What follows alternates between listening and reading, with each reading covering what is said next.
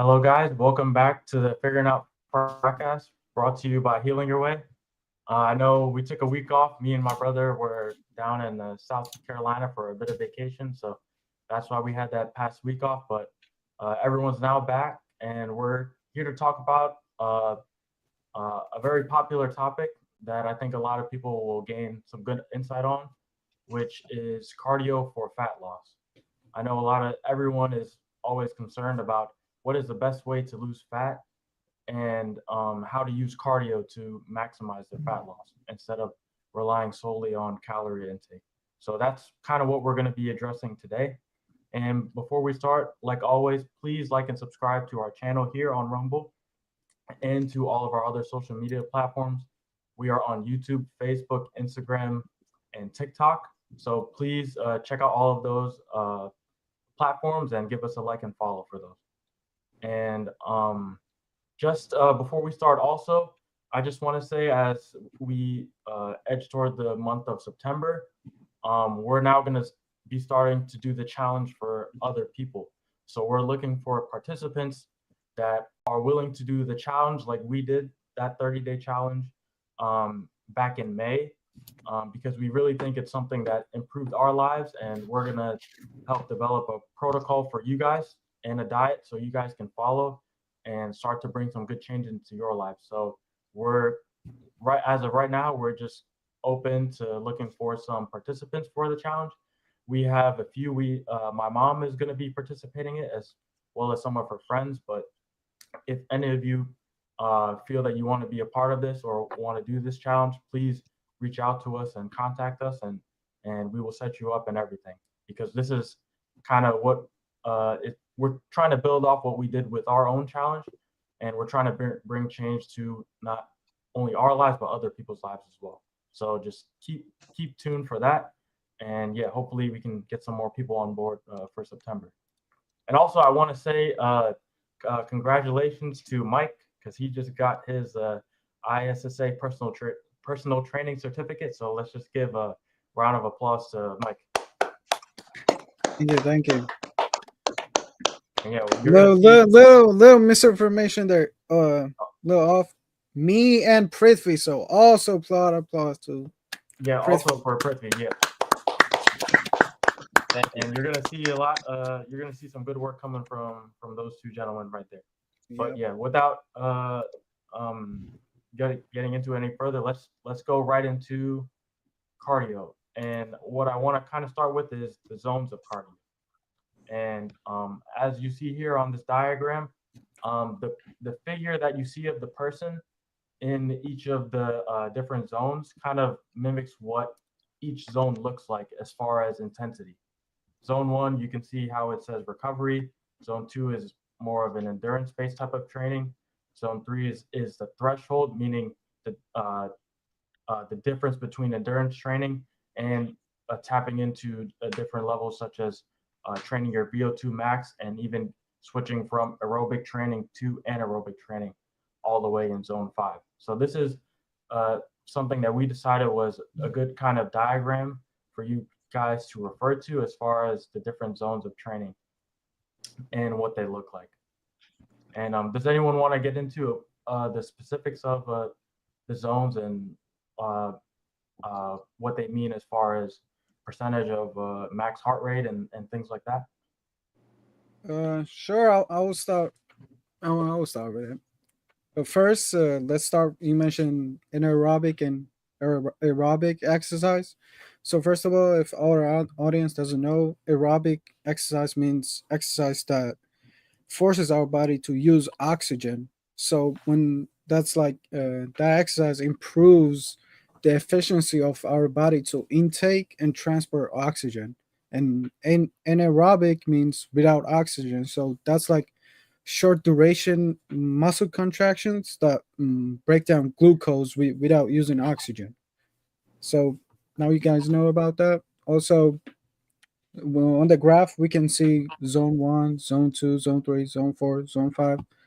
Like Sahan talked about that. And so these zones are basically based on individuals' like max heart rate. So to calculate your max heart rate, there's a formula which is scientifically proven to be right. You take 220 and you subtract your age. So that's how you figure out your max heart rate. So then zone one, we can see that it says 56%. So zone one is looked from usage of your max heart rate from 50 to 60%. Then we have zone two. Zone two is from 60 to 70%. Zone three is from 70 to 80%. Zone four, 80 to 90, and 90 to 100. So as we advance throughout this graph, we can see that like we got a couple points: LT1, LT2, VO2 max.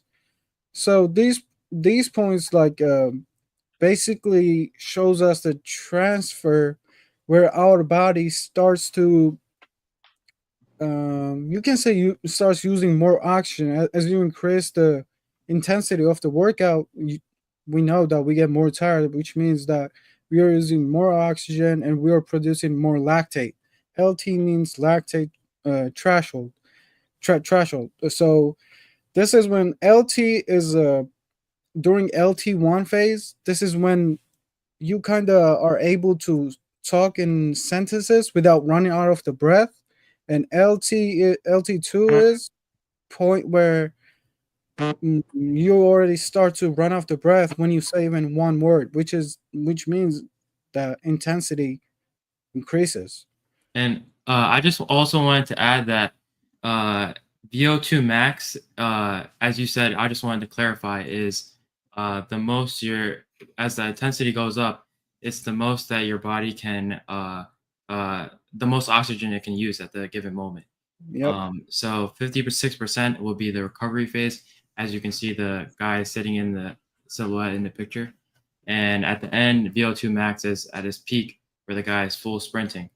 And as you were saying, LT1 and LT2, there's also VT1 and VT2, and they're also points of threshold. They're ventilatory thresholds. The first one you can kind of see where you're at by doing cardio, by walking, or even by light jogging in zone 2, and it will be at the same point as LT1. And if you can speak a full sentence while your breath is getting deeper, that will be VT1. And VT2 is you can only speak a few words, which would be at LT2. You can only speak a few words while you're at a higher heart rate. Yes, I have here. I'm just gonna read off the document. This gives us like the percentage of max heart rate, and like Joshan mentioned, talk test. The people use to like see what's to estimate their percentage usage of their heart rate. So here it says no exertion or very light breathing can sing happy birthday easily. That's zone one. So we use 50 to 60%. And they said that this exercise type is warm up. Then we advance into next stage, deeper breathing, but comfortable, able to hold a conversation. Percentages 60 to 70%, and exercise type is recovery. Then we move to next stage. We have able to talk but difficult to hold the conversation. This is when we use 70 to 80%, max of our heart rate. Exercise type aerobic means we're using oxygen at this state. Then we have starting to breathe hard and getting uncomfortable to carry a conversation. This is when we use 80 to 90%, and we move into anaerobic state. And then last one is deep and forceful breathing. It's uncomfortable and you're like unable to talk, and also extremely hard to maintain. This is where when you use 90 to 100%. And this is high intensity VO2 max, as Joshan mentioned. That's the last stage. And I also wanted to say that when we're splitting all these up into different zones, the purpose of this is to come up with different exercises or different, so that you can show their different intensities. say there's a long endurance runner or a sprinter, those people will be doing different exercises depending on which zone they're going to do. So if somebody wanted to just walk and burn some fat, they would be in zone 2. But if there was a sprinter, that he would be in zone 4. I And would like also, to, oh, you go no, ahead. go ahead. Oh, Sure. okay. So I was just saying that I would like to expand on like the aerobic and anaerobic parts of the graph. So aerobic uses oxygen, and during that process, this oxygen is used in the citric acid cycle, which is where you get most of your ATP and energy. So during those first 2 zones, or even the 3rd zone, you have more energy, hence you're burning more fat and stuff like that. While in the anaerobic phase, oxygen is limited, so then you switch to your glycogen stores, where you use glucose for energy, and that process uses fermentation and uses an enzyme called lactate dehydrogenase, which turns pyruvate into lactate, and this is where all the lactate starts to build up during the Yeah. anaerobic phase. Mhm. And I want to add to that, Prit. LT2 is the lactate threshold where your body is building up a noticeable amount of lactate to the point where it cannot clear it. That the rate in which it's clearing lactate is not as much as the rate that lactate is building in your body.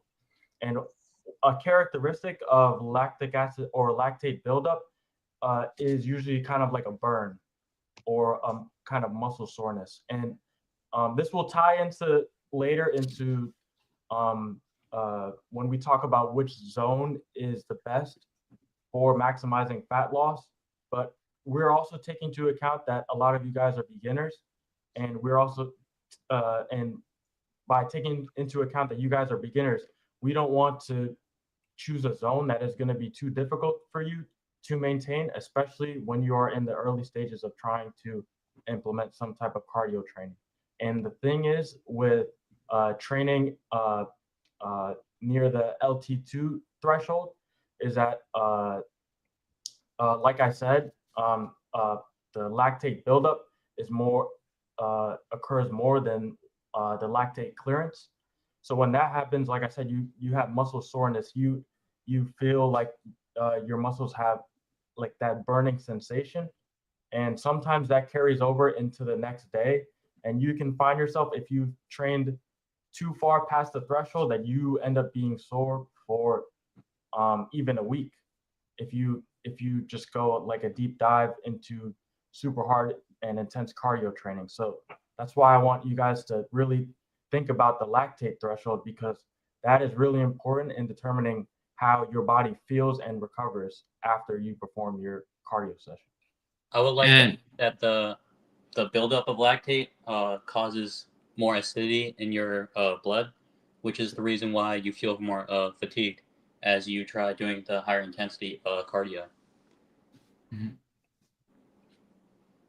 Also, were you gonna say oh, Joshan, something? go ahead and finish your thought.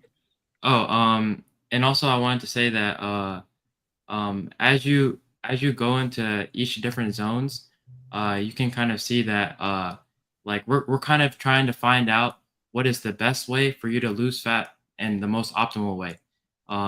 So if you can go to the gym and do an exercise more times a week, that means the volume is increased and you could burn more fat during a shorter amount of time.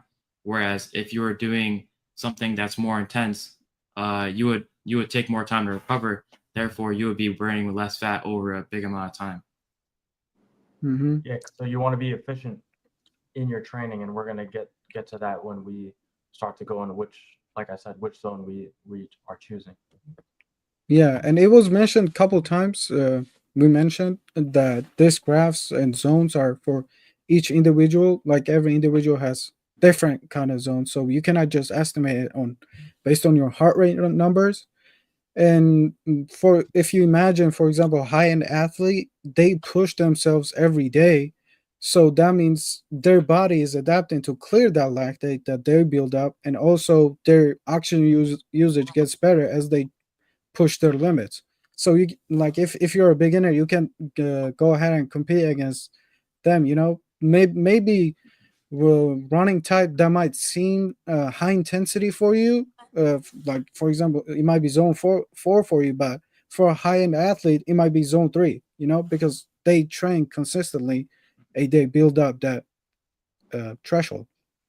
Yeah, I think leading off of what Mike said, I think many people do assume that zone 2 is like ideal for fat loss because it burns a higher percentage of fat. But I think that the total energy expenditure is considered in the higher zones, like zone 4, where it may result in like more fat being burned, even if the fat is a smaller percentage of the fat being used. And I also wanted to say just a little thing for VO2 max. Just to put it in perspective, it's measured by oxygen per minute, and average person would burn around 40 milliliters per minute, and then a professional athlete would be around 80 to 90, and then lastly, Alaskan Husky would be around 200 milliliters per minute. So that's just kind of putting in perspective the difference of athletes and an average person like all of us. And I think I want to go off what Alex is saying because he kind of addresses something that I think is important because I think people, when they are thinking about the type of cardio training that they're doing, they're thinking about the training that will burn the most calories and in the shortest amount of times. And what I think usually happens when they try to take that approach is that recovery, like I've been talking about and we've been talking about as far as the lactate thresholds, when you pass the lactate thresholds, you tend to do some damage on your body that requires a level of recovery. And I think that when you go in with the idea of trying to train as hard as possible, yes, you are going to technically be burning more calories, but I think if you could do it in a more efficient way where you are not sacrificing your recovery, especially if you're trying to implement some kind of lifting regimen or resistance training regimen, I think this is super important to take into account and know all of these different zones and what is best for you because there's so many different types of people like we talked about. There's runners, there's different types of runners like marathon runners, short sprinting runners.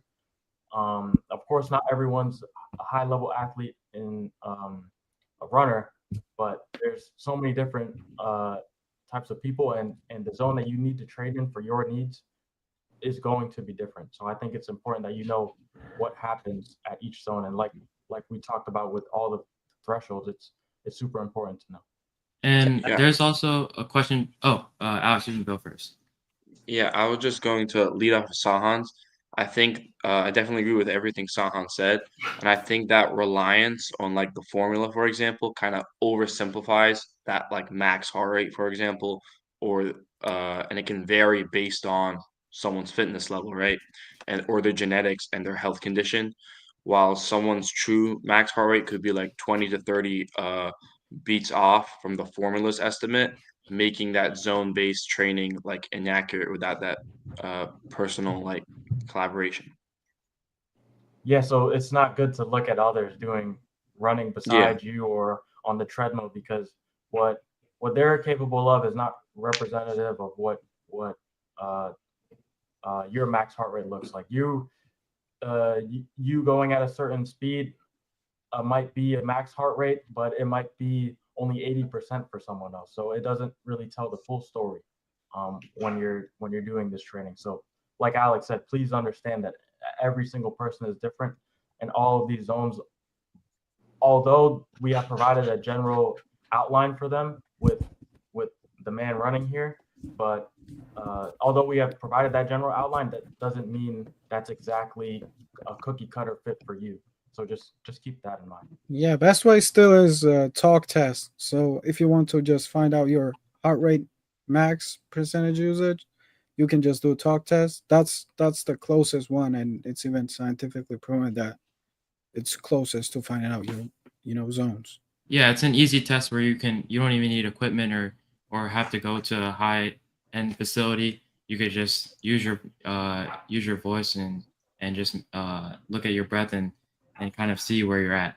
And If you kind of wanted to, though, I think one, I don't know how much it costs exactly. I think it's called a pulse oximeter. It's that little nurses that go to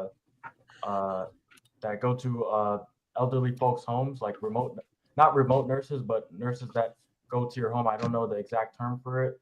They use the pulse oximeters to take vitals, and it's just this little clip thingy that goes on your finger. I'm pretty sure you guys have probably seen Yeah, some yeah. form of it Yeah. before. But I think that's something you can purchase if you really wanted to get into the specifics of what heart rate you're training at. And I But don't think it costs too much. but there is also issue with that because Dr. Chris Cormier, Sahan, you probably know him.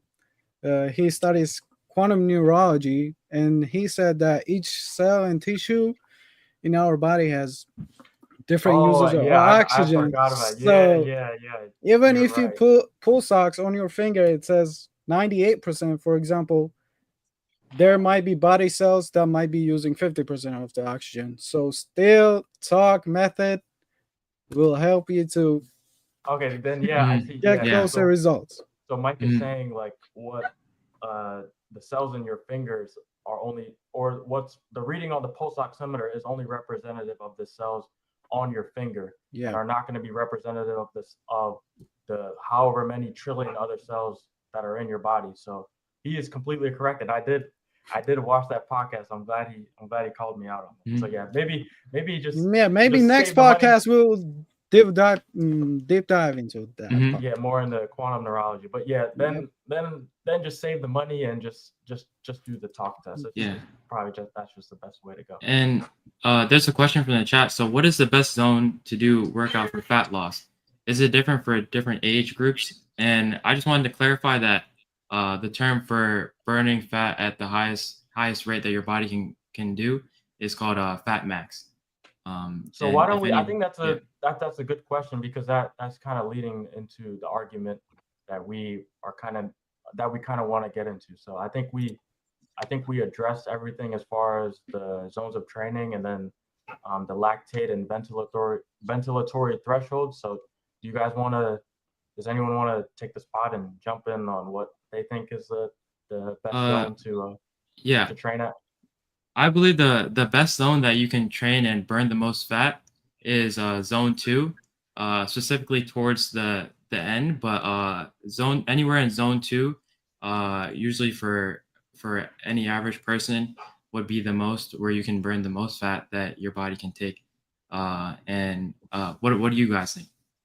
I would you- agree with you because I feel like Zone 2 is more endurance paced and it's more sustainable over a long period of time compared to higher intensity like Zone 3 or Zone 4. Mhm. And all the zones have like different purposes. I would like that. Zone 4 and 5, if you run or train around the lactate threshold, you can actually push your lactate threshold up, which will then increase the amount of time that you can train intensely using the amount of oxygen that you have, the maximum amount of oxygen that you have. Mhm.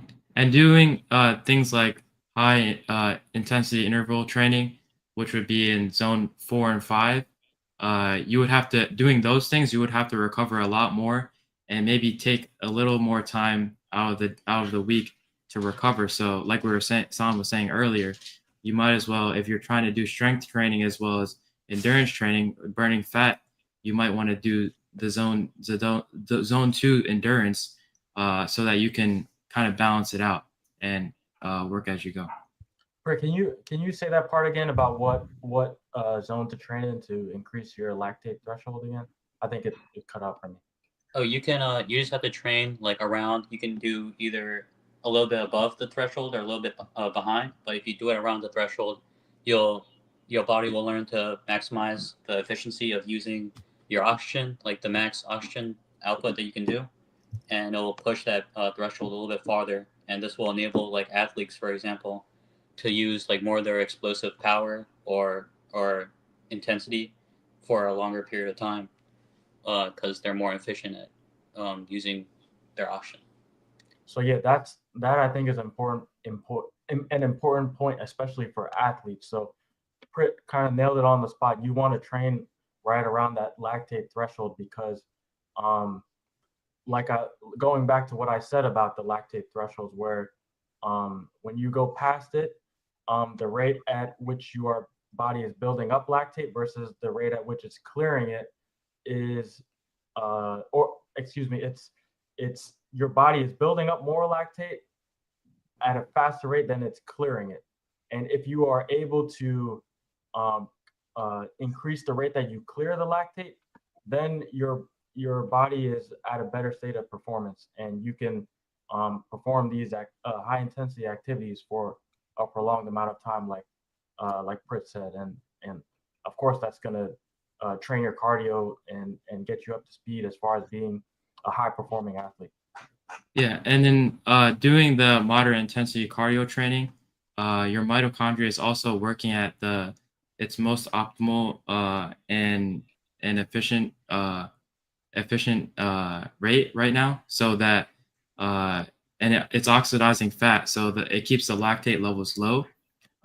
So kind of going back to what you just said, you don't want to go into zone 3 or 4 where you're kind of turning into a new system and not burning as much fat as you could. And did anyone define fat max? Yeah, correctly yeah. Or not? Okay, yeah. Okay, You can say it one more time just to clarify. Okay, yeah, just to make sure you guys understand, fat max is the point where absolute fat burning rate is the highest, and the fat max almost always sits between the top of either on the top of zone 2 and around the low end of zone 3. And then I'm just gonna talk. Some of you guys already covered on this, but I just want to hammer these points because I think they're super important. But once you push above fat max, your fuel, like Prit said, with when he went back to the basic bio, your fuel will shift towards your carbs and to your glycogen stores. And as intensity rises past the VT1, your body's going to use more carbs for quick ATP production, unlike using oxygen. And this happens because the higher intensity work requires faster energy delivery, and the carbs can be broken down much faster than at a much faster rate than fat. So you're pretty much utilizing more glycogen stores as you're reaching as you're moving towards the end of zone 5. While in zone 2, your body can utilize fat better because it has more time to oxidize. Mm-hmm. And I also wanted to go into like the types of training you might want to do after hearing us talk about the fat loss. If you're doing working on zone 2 and trying to lose as much fat as you can, I would say maybe even doing 45 to 90-minute sessions of zone 2 cardio, which would kind of be like 3 to 4 miles per hour walking, or walking even on a little incline for 45 to 90 minutes, and maybe even 3 to 5 times a week.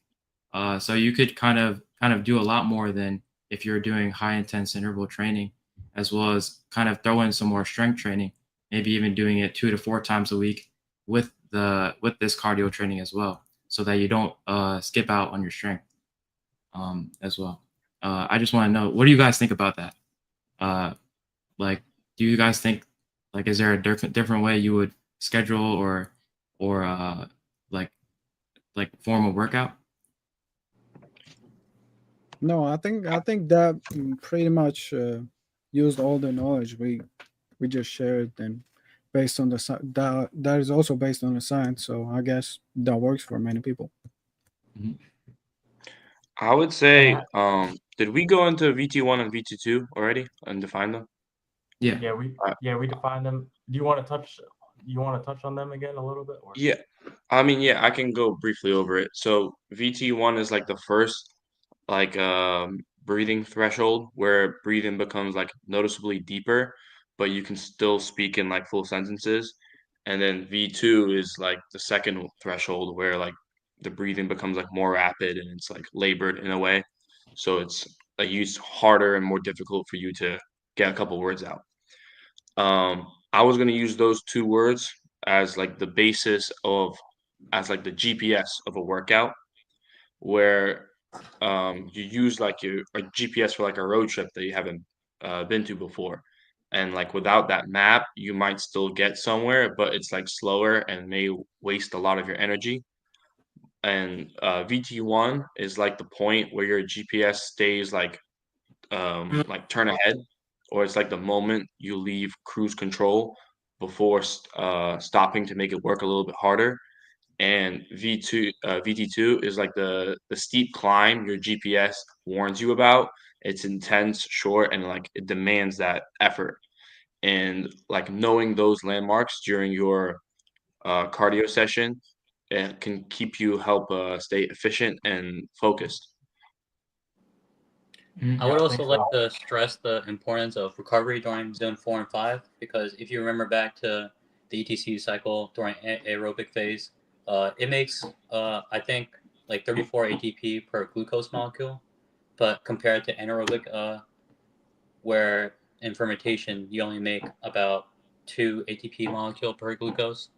So and since zone 4 and 5 uses expends more energy for that short burst of intensity, you need that much more recovery to be able to recover from the fatigue and the energy that you expended compared to the first two phases. Whereas And going from what you just said, there's also a question. Why do zone 4 and or 5 work out? So I guess Uh, asking like, yeah, why would you do one of those two instead of zone 1, 2, or 3? I know that. I can go. Okay. Oh, Alex, go ahead, go ahead. All right, you can just add in whatever I miss out on. Yeah, yeah. So I know that zone 4 and zone 5 workouts are highly effective in the sense that they push your body into anaerobic metabolism, where the energy is produced primarily, I mean, not primarily, rapidly without oxygen, and it uses primarily the glycogen instead of the fat. And these zones increase the VO2 max. Um, for those that don't know, the VO2 max is like the maximum amount of oxygen your body can take during intense exercise, and it can help increase that cardiovascular efficiency by stressing the heart and lungs near their maximum capacity, leading to that greater aerobic fitness over time. And I think that intense effort creates this oxygen depth that results in that post-exercise oxygen consumption. And in the long run, this helps like elevate the calorie burn for hours after the workout, which boosts the fat loss that we're looking at even at rest.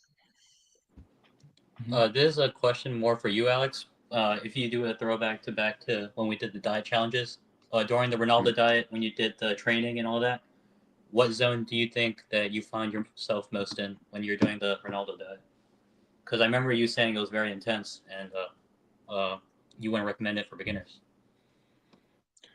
Yeah, I think it would be mostly in zone 4 and zone 5 now reflecting upon this. Um, it's most of his workouts were really high intensive, and a lot of the energy I think about it was produced rapidly without the oxygen towards the end of that workout. And even after you finish that workout, that fat loss is still going through. Like if you look at his physique, I think if without that zone 4, zone 5, he wouldn't be able to maintain that. Yeah, And how was and the uh, uh, I just wanted to ask, how mm, was the recovery when you did the exercises? Was there a sufficient recovery, or do you think that you could have used a bit more? Yeah, for me, or you're talking about just like Ronaldo? Like for you when you were doing it? I think Ronaldo had better recovery methods than I did, and I maybe could have used like the sauna more and taken salt baths because it eases that recovery state after that zone 5. Um, but yeah, I think there could have been some improvement on my end. I think that's why And he also eats like 6 meals a day to provide his body with enough nutrients and enough energy to recover. And then he probably, like you said, uses the sauna. I don't know the exact science behind uh, uh, what it does when you're sweating, but I'm pretty sure it has to help somewhat with the lactate buildup uh, that occurs like towards the end of the workout, and it probably helps in alleviating some of his soreness and having him feel nice and fresh for the next trainings. yeah, and also a comment from the chat from Menace on YouTube said, "Yo, yeah, I be fat maxing." Yeah, we don't want to be doing fat maxing. There's a difference between fat max and fat maxing. So Menace, uh, maybe you need to hop on the challenge then if you be fat maxing. So maybe type a comment in the chat or your number or something that we could sort you out. Yeah, you For, could even do recovery. Yeah, the challenge that we're starting to do now. maybe You could be a part of it. transfer fat maxing into fat max cardio. You know, Yeah, then exactly. that will be the perfect point for your cardio.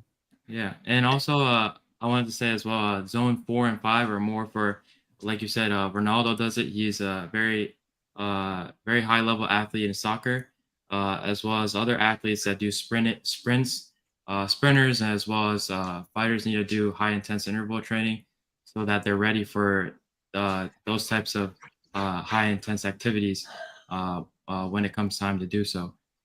So it's kind of more of a athletic kind of exercises that you do in zone 4 and 5 so that you can be ready for any activity that comes your way. And I Yeah, don't think it's more optimal for people that are just trying to stay fit and be healthy and look healthy. It will be more on the athlete side. yeah. In simple words, like zone 4 and 5 seems like work maybe seem very hard for you, or maybe you will think it will take max effort for you. That's like basically when you're into zone 4 and 5.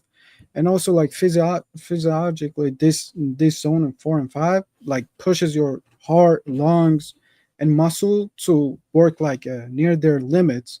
So that would stimulate the adaptation to adapt like things like improved VO2 max, maybe even better lactate clearance, and also higher anaerobic capacity.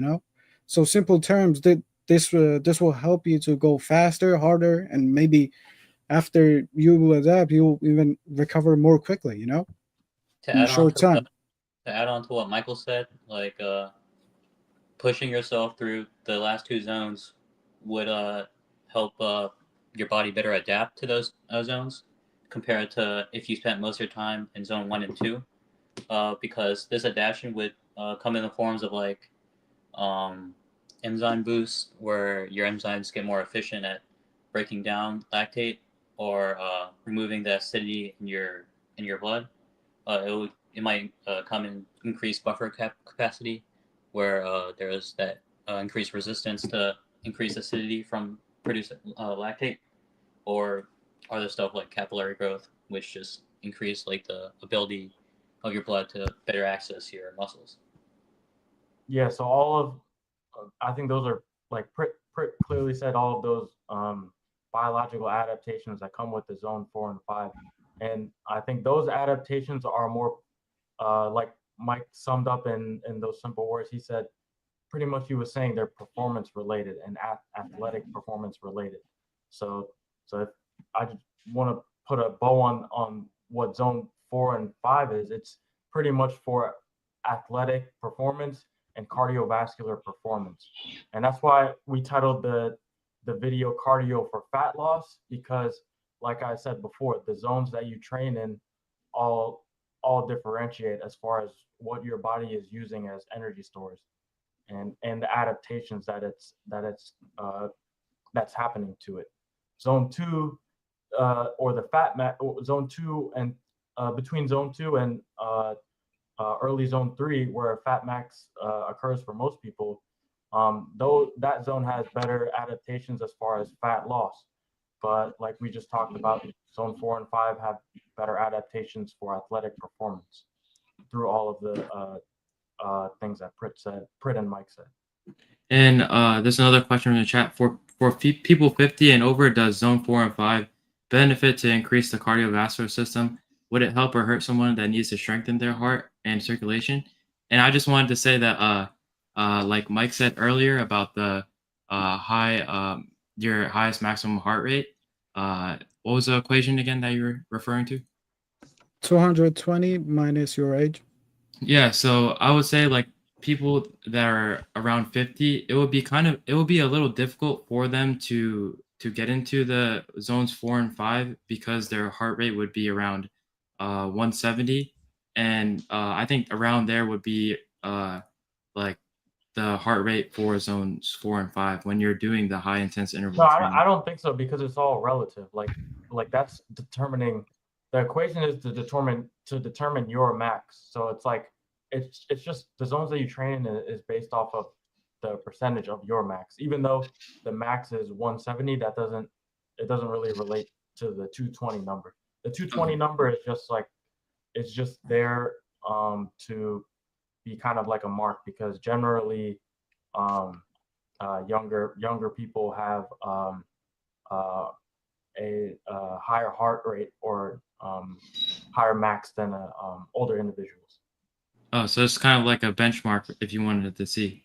Like, Yeah, that's why you just subtract your age to find your own personal one.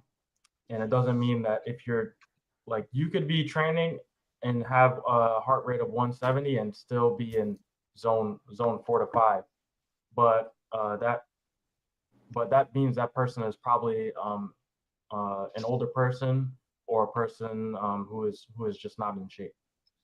All this stuff is like individual specific. So factors like gender, age, weight, and even height can like affect what your ratios are for VO2 max or your thresholds and what your heart rate is going to be when at these different zones.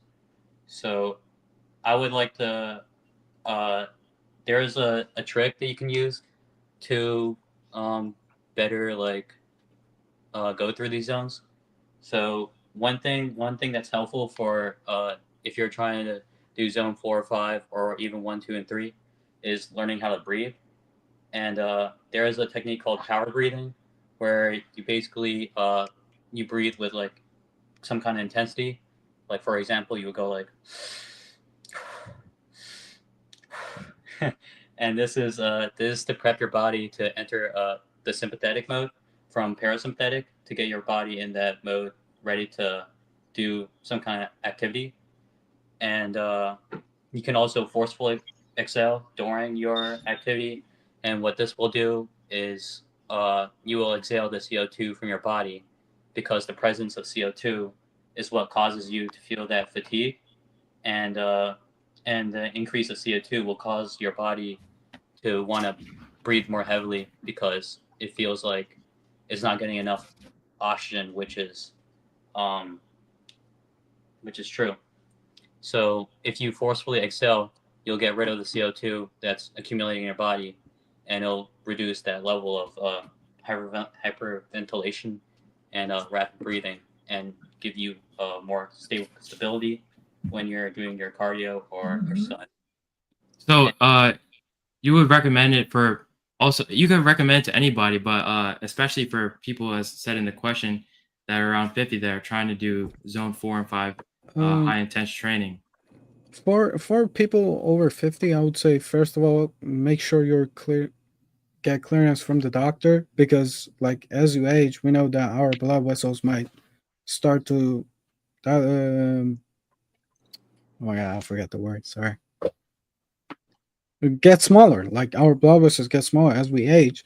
So if you've been training into zone 2 or maybe even zone 3 throughout your whole life, that makes heart pump faster. So our blood vessels dilate and it gets bigger. In that case, you can, if you're already trained and you know you can do it, then you can go ahead and push yourself maybe once or twice during a week.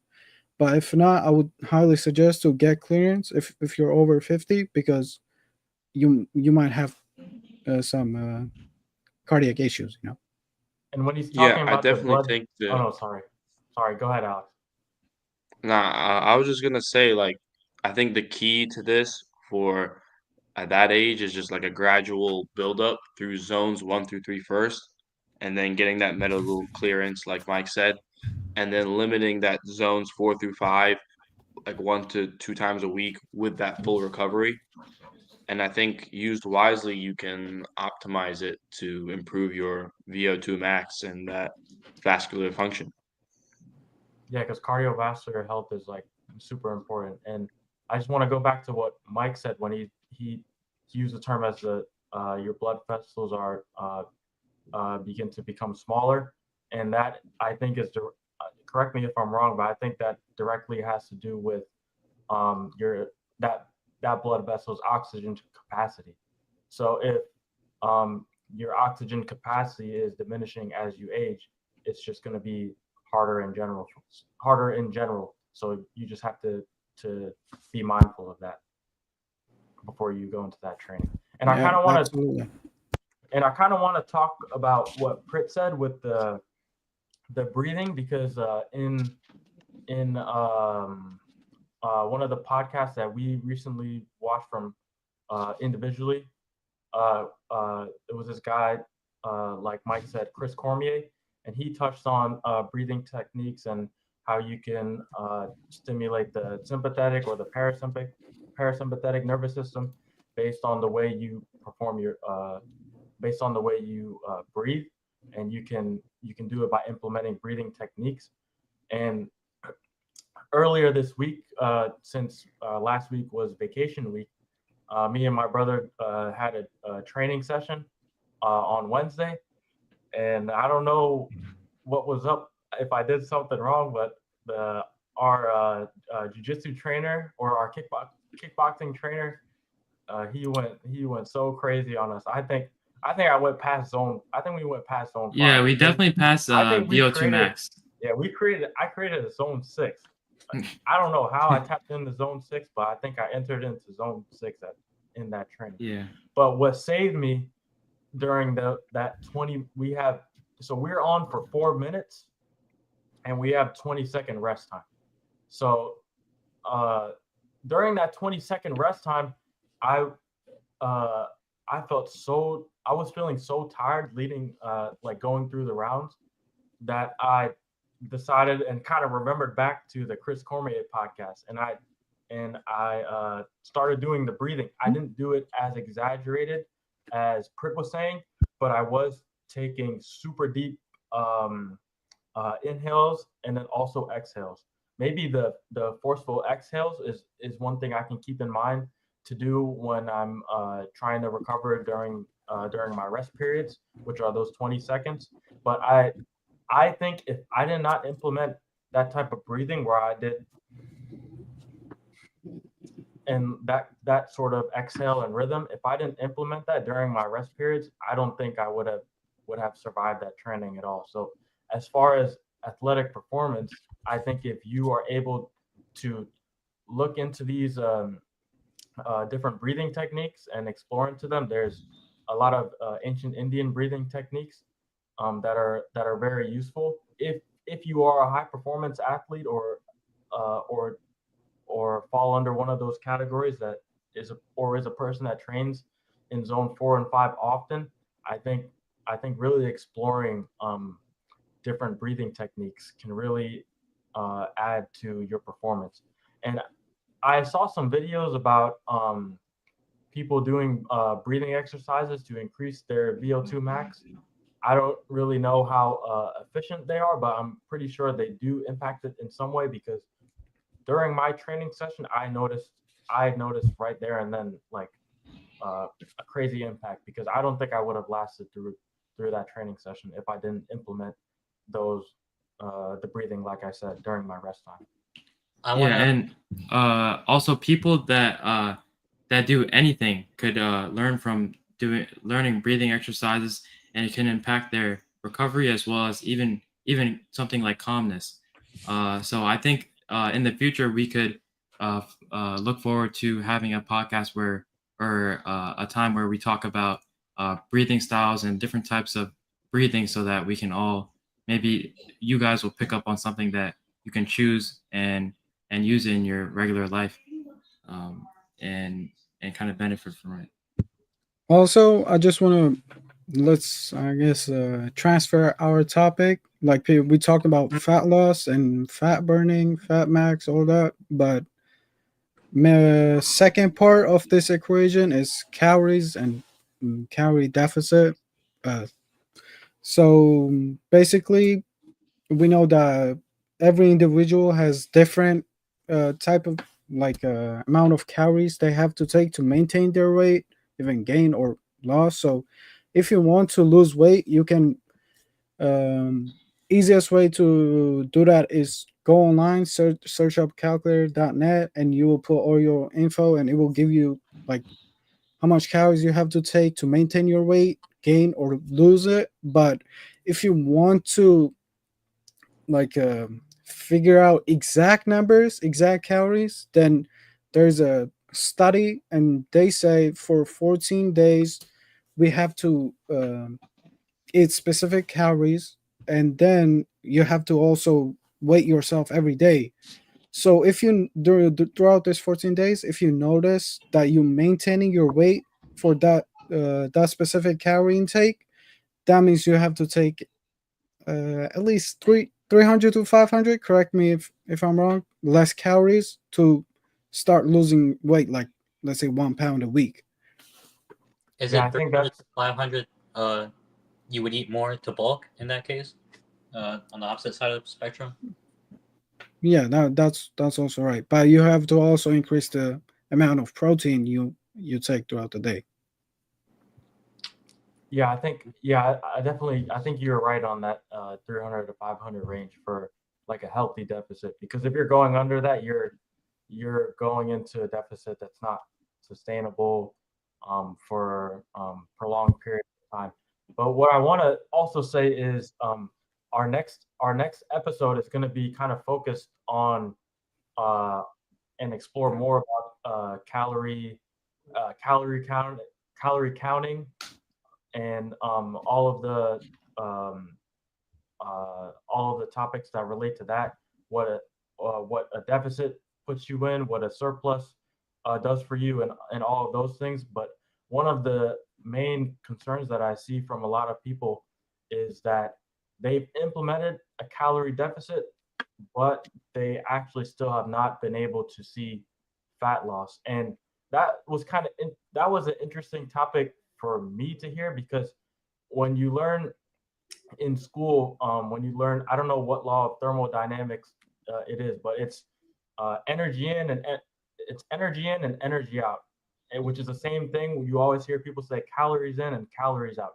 If you um, according to the law of one of the laws of thermodynamics, if you are spending more calories then or if you are burning more calories than you are consuming, then uh, you are supposed to lose weight because you're spending more than you're intaking. But it was kind of interesting to me that some people, even though they've implemented a deficit and they've implemented it correctly, they still have not seen the results that the deficit promises. And one guy who we've been talking about this whole time that really goes into it, Dr. Jack Cruz, he on one of his podcasts talked about how he implemented a deficit after he said he gained a lot of weight during his medical residency and was at a super high weight, and he tried to implement a deficit to lose weight and get healthier and get better, but it didn't work. But we're going to tap into the science that he has to provide on what to do or what is a good solution for the people that are still struggling to lose the weight even though they are in a calorie deficit. And there's one last question, can breathing exercises change your zone limits? Yes, I think it can change your zone limits because if like we're saying and like what I said from my experience, if it was since I was able to prolong my my athletic training, or I was able to prolong my workout at the same intensity by implementing the breathing techniques, then I think of course it can change your zone limits because I was able without the breathing, I was not able to reach. I mean, I was not able to sustain that intensity for the next round if I didn't implement that breathing technique. But since I did implement that simple breathing technique, I was able to prolong um, my time training even further and last through the entire workout. So I think definitely it can change your zone limits. I would like to add that the point of the breathing technique is to fight off the fatigue. So you would breathe in more than, and you would breathe out less, so that the ratio of oxygen that you have to power your muscles and the amount of CO2 that leaves your body is more in the favor of having more oxygen. So this would help you fight off fatigue, which would, like San said, would help them sustain that intensity longer. And I would also like to stress that you should not be like breathing like randomly. Like there should be like some people don't really realize it, but like when they do breathe, it's usually like in a rhythm or in like a pattern, which helps them like stable their breathing and control like where like how they're breathing while they're doing their activity. Yeah, definitely. And then kind of like, oh no, I think we do have one more question. How healthy is the fat of bulking and cutting? And that kind of relates to the whole thing about calories. Does anyone want to take that? If not, I So can. by this question, it doesn't mean like switching from bulking to cutting, from cutting to bulking, like that Yeah, like type of going thing. through those like a bodybuilder would. They would go through bulking and cutting phases, bulking phases, mainly to prioritize muscle or to prioritize hypertrophy, and then using those cutting phases to shave off any excess fat gained during the bulking phase in order to look um, good for their show, pretty much. And a lot of people end up implementing that, um, even though they're not bodybuilders. So that's kind of the question. So I think I guess you know a lot about the topic. So why don't you Oh, take okay. on a journey? I mean, Yeah, I I just think Yeah, because you have some experience with it. Were you gonna say something? I was just gonna say like I think it depends on like some people do their body transformations in like 3 months. And I feel like stuff like that where you keep cutting and bulking can put like a mental strain on you. And I feel like a lot of people it might do more harm than good. That's why a lot of people instead of bulking and cutting, they decide to do main gaining or slowly losing weight while building muscle at the same time. But that takes like a little more dedication and manipulation of how many calories you eat and protein. So Yeah, I think cutting and bulking, especially if you are don't know how everything works, it can be dangerous because you are sending your body in on both extremes. You're going like kind of like a dial. You're going all the way to the side of bulking, all the way to the side of cutting. And what that does is it throws off all the internal mechanisms in your body. So your hormones get severely disrupted when you are going to one extreme end to another extreme end. And I actually did this for like my first probably like 2 years of lifting. And what happened was by like that second year, I felt like I was doing it correctly, but after some point after the 2 year mark, I was just not able to lose weight, and my body felt so bad. I felt uh, that my lifts were definitely I was underperforming a lot, even though that they say bulking and eating more calories will increase your performance.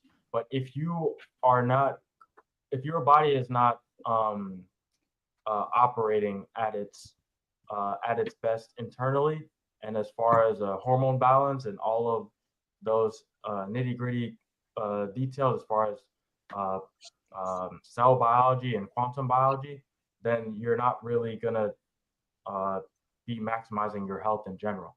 So you're gonna kind of throw your health down into a spiral if you are doing the fat or bulking and cutting.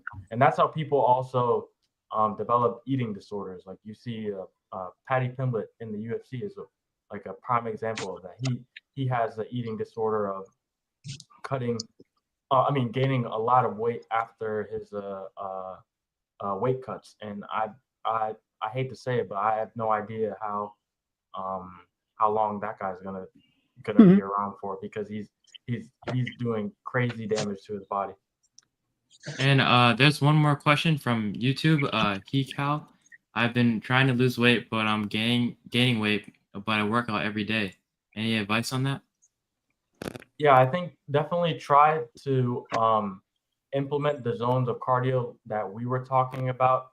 And then what my mom has been doing recently that's worked for her a lot is, although Dr. Jack Cruz doesn't really prefer that you calorie count, just knowing what your maintenance calories are per your body weight. And like Mike said, you can type in caloriecalculator.net.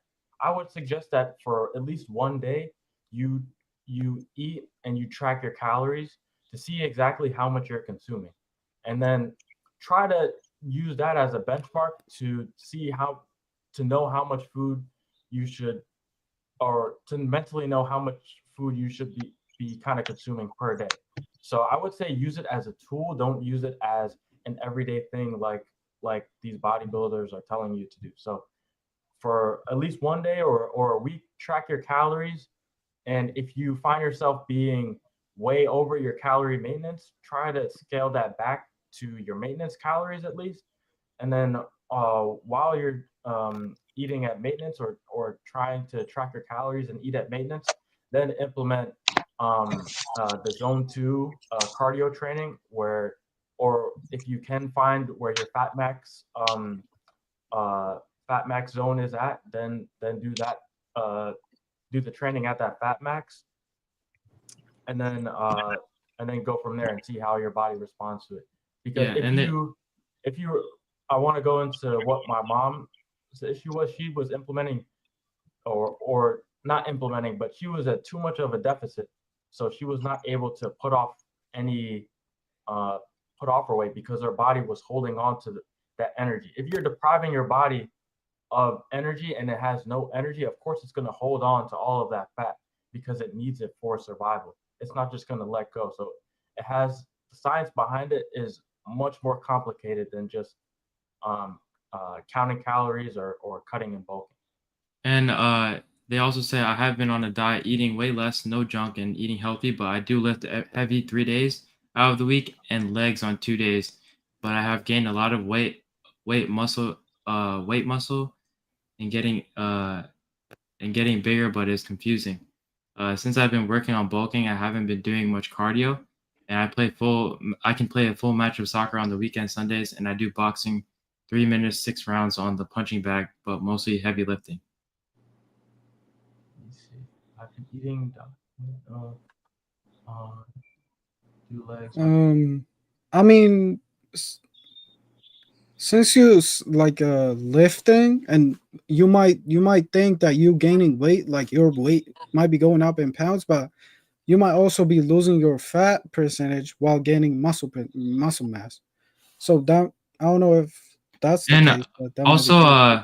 maybe even doing some things that are less intense, like I know boxing can be very intense, and it might be on zone 4 or 5 when it comes to the high intense training. So I think doing workouts that are in zone 2, or that are on your fat max would definitely be helpful. And also these types of cardio would be, like I said before, 45 to 90 minutes of walking 3 to 4 miles per hour on the treadmill, and even on a little incline could definitely help a lot, losing the most fat you can in a certain amount of time. So doing those that cardio in zone 2 about 3 to 5 times a week would definitely up the volume of how much you can burn, as well as keeping your energy to do those intense lifting. And I if you think it's go, also oh, no, go ahead, sorry. Alex. Yeah. I think it's also important to remember that um fat loss is a long enduring process. It's not something that can be done in 1 to 2 weeks. So like I think to recommend it is you losing around 2.5 pounds per week, and you can't really speed that up. If you starve yourself, you're gonna gain it back. So it's a long and enduring process of I think me and Sahan, we talked about this previously on another episode. We said what, around at least 3 months consistency? Yeah, definitely to see some type of change. And he And it said, said, yeah, do you recommend just do more cardio instead of lifting heavy daily? Because I stopped doing so much cardio because I was told it burns muscle. This is exactly what we kind of covered. So, like Joshin just said, I even implemented this, and I saw I was able to retain all of my strength. So what I do and what I did during the challenge, if you want to go back and look at that episode where we did the challenge reveal, you'll see kind of my fat loss progression. And what I did not stop living heavy. Lifting heavy. You should still keep lifting heavy. Maybe tweak it a little bit. See how you're feeling as far as soreness. Don't uh, doing it daily or every single day might be a little taxing on your body. So maybe trying to find or develop a split for yourself. So you're hitting the muscle groups when they've been recovered, but also implementing that zone 2 cardio. What I do for myself personally is I use the treadmill. I use an incline of around 11. Of course, it's going to differ for each treadmill, but I put it on the 11 incline and I walk anywhere from around 3.5 the 3.5 speed to the 4 speed. And from that, I lost a significant amount of weight, or not significant, but I was able to lose weight gradually without sacrificing anything else, and I felt completely fine. I didn't feel like my muscle was atrophying in any way. I was still very strong. Okay, oh, I think this guy's issue is that he thinks he's gaining weight while he's gaining muscle mass, which is good. You mentioned that you were trying to bulk up, which means that you already like went over the expectation, the goal you had. You said you want to be 175 or 165. So if you want to maintain, you have to calculate your maintained calories, because if you mentioned you're bulking, that means you will be building up muscle while losing fat, since you're doing lifting and also doing cardio. So I would suggest just to find out what's your maintenance calories and stick to that for 2 weeks and just look at the results, I guess. Because it seems like you're saying your stomach is getting flatter, which means you're losing fat cells around your abdomen. Your abs are popping out more, which also indicates that you're losing fat percentage.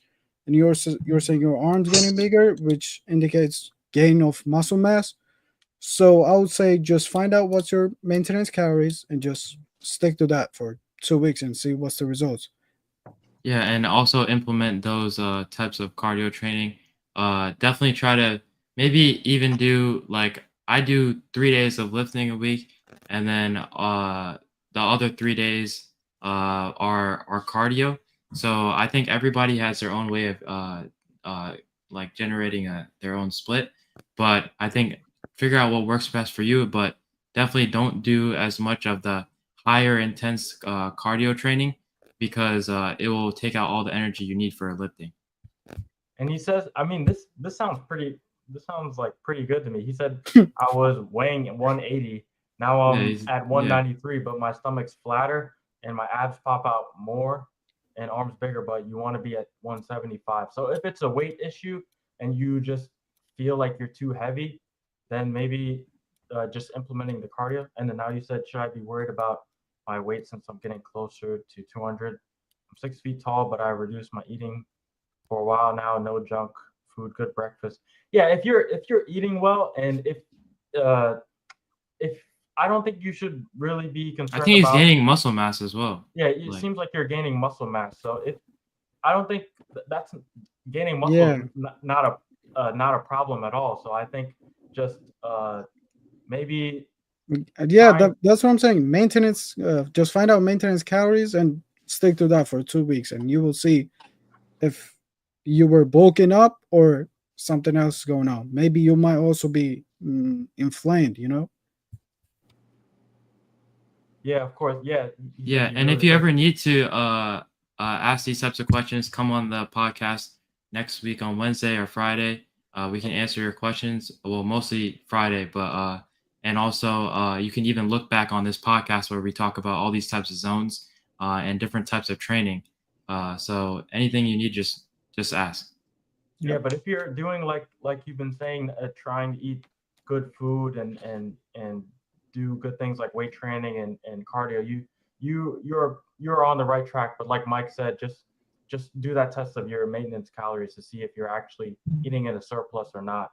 And if you feel like you're too heavy at the 200 mark, I think 6 feet 200 is that means you're a pretty big dude with a lot of muscle on you. So I think that's not much to worry about. But if you feel like you're too bulky or too heavy at that weight, considering doing this cardio is a good thing. The zone 2 cardio or the cardio at your fat max level is good to do. Maybe also try out morning exercises during your maintenance calorie week, those 2 weeks. So maybe morning exercise might also help, because morning exercise, like when you wake up, you're basically fasting naturally. So you will burn, if you think you have more fat, you will be burning more fat. So that will definitely help. Yeah. Now because you gotta you're in a subscribe, fasted buddy. state. Definitely Yeah. subscribe, okay? So you can see more of our content. But I think this is good. This yeah, is like yeah, this is good. shows- Thank you for the question. It's great. Yeah, I it think just this shows, is yeah. it shows like how our this is like a common issue for a lot of people. He's not alone. There's a lot of other people that Mhm. have the same concerns that he has as well. So it's Yeah. very good. Thank you for the Yeah, for the we questions. appreciate that. And yeah, I think this was I like this episode. We covered Yeah. a lot of ground and we answered some good questions. So yeah, thank you guys for commenting and joining this podcast today. And wait, I just want to address this question before. He says, I feel great, just confusing how I'm getting more weight. So it's confusing in a way. But my wife told me maybe it's my arms and legs getting bigger. But I was aiming towards 165, but I'm getting 200. Yeah, definitely bulking. Definitely, it's gotta be a bulk.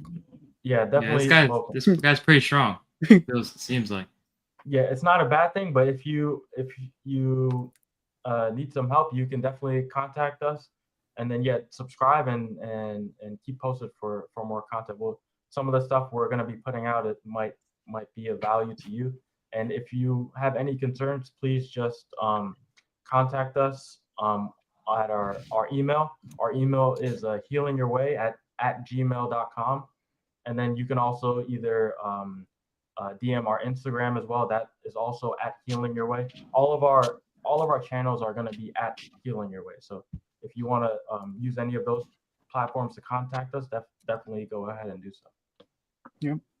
But yeah, thank you guys for watching, and we will see you on the next podcast about calories and all the misconceptions regarding it. Thank you, And, guys. Thank you Thank guys. you guys. See you. Thank you.